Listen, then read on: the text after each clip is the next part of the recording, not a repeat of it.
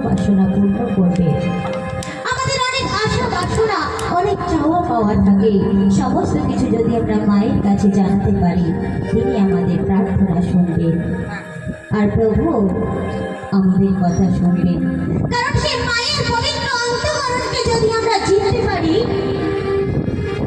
মা যদি আমাদের প্রার্থনা গ্রাহ্য করে, তাহলে আমাদের প্রভু আমাদের ডাকে সাড়া দেবে।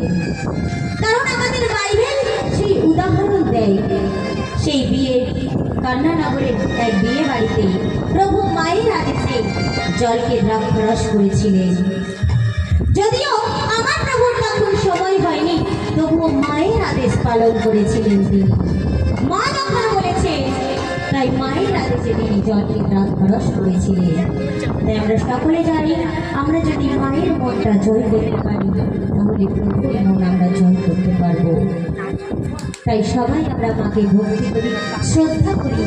আর আজকে একটি বিশেষ দিন, এই বিশেষ দিনে আমরা সবাই মিলে এসেছি মায়ের কাছে, মায়ের চরণে। তাই আমাদের আজকে দিনে যতজন এখানে উপস্থিত আছি, আমাদের যা কিছু মনের আশা বাসনা আছে, সমস্ত কিছু যেন আমরা মায়ের চরণে রাখতে পারি।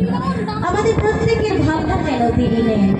তাই আসুন আমরা সবাই মিলে আমাদের মায়ের কাছে বলি, ও